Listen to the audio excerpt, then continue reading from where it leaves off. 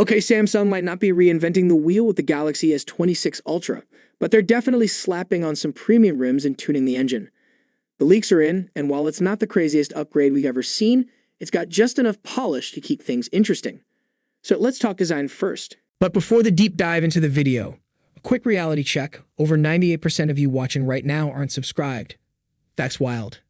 Hitting that button doesn't just grow this channel, it genuinely keeps me motivated to keep digging, scripting, and dropping the best leaks and updates before anyone else. If you've made it this far, chances are you're into it. So why not make it official? Thanks, and let's dive in. The S26 Ultra is keeping that massive 6.9-inch display. No surprises there, but the bezels. They're going on a diet, even slimmer now, giving you more screen and less frame. And if you were worried about the S Pen disappearing, don't be. Samsung apparently flirted with the idea of removing the digitizer, but clearly came to their senses. The S Pen stays. Now about those cameras, remember the odd little metal rings around the lenses on the S25 Ultra? Yeah, they're gone. Samsung's cleaned up the look, and it's about time. It's subtle, but it finally feels like a grown-up design. And of course, it's still IP68 rated, so it'll survive your sink, your shower, and probably your clumsy cousin's soba spill. Camera-wise, this thing is packing serious heat. You've got the 200-megapixel ISO-Cell HP2 main sensor, now paired with a new and improved lens. Then there's a 50-megapixel ultra-wide, a 50-megapixel periscope with 5x zoom, and even the 3x telephoto is getting a bump, from 10 megapixels to 12.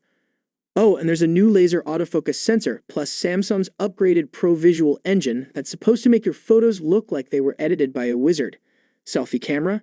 That's getting an upgrade too, though Samsung's being mysterious about what exactly that means. Hopefully, it's more than just a new name. Under the hood, the S26 Ultra is running on Qualcomm's Snapdragon 8 Gen 2 Elite across the board globally. Samsung's custom 2nm chip isn't quite ready for prime time, so they're sticking with the tried and tested Snapdragon, built on TSMC's 3nm process, with a few Galaxy-only performance tweaks sprinkled in.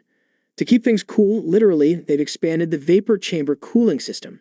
It's now 1.2 times bigger than before, which should mean better heat dissipation, smoother gaming, and maybe, just maybe, fewer overheating complaints on Reddit. Battery? Still 5,000 milliamps, still 45 watts charging, but more efficient this time around thanks to the new chip. You might not see a bigger number, but you'll hopefully feel the difference by the end of the day. Also, Samsung managed to shave the phone down ever so slightly, from 8.22 millimeters to 8.1 millimeters. Not drastic, but hey, slimmer is slimmer. Storage options haven't changed: 256 gigs, 512 gigs, and 1 terabyte. But now every variant gets 16 gigs of RAM.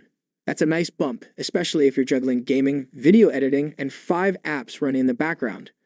So yeah, it's not a revolution, but it's a refinement, a cleaner, faster, cooler Galaxy Ultra. The big question is, will that be enough to get people off their S25s? Or will they wait for something truly next-gen? Let me know what you think in the comments. Is this enough of an upgrade, or are you holding out for something bigger? Appreciate you watching, and as always, I'll see you in the next one.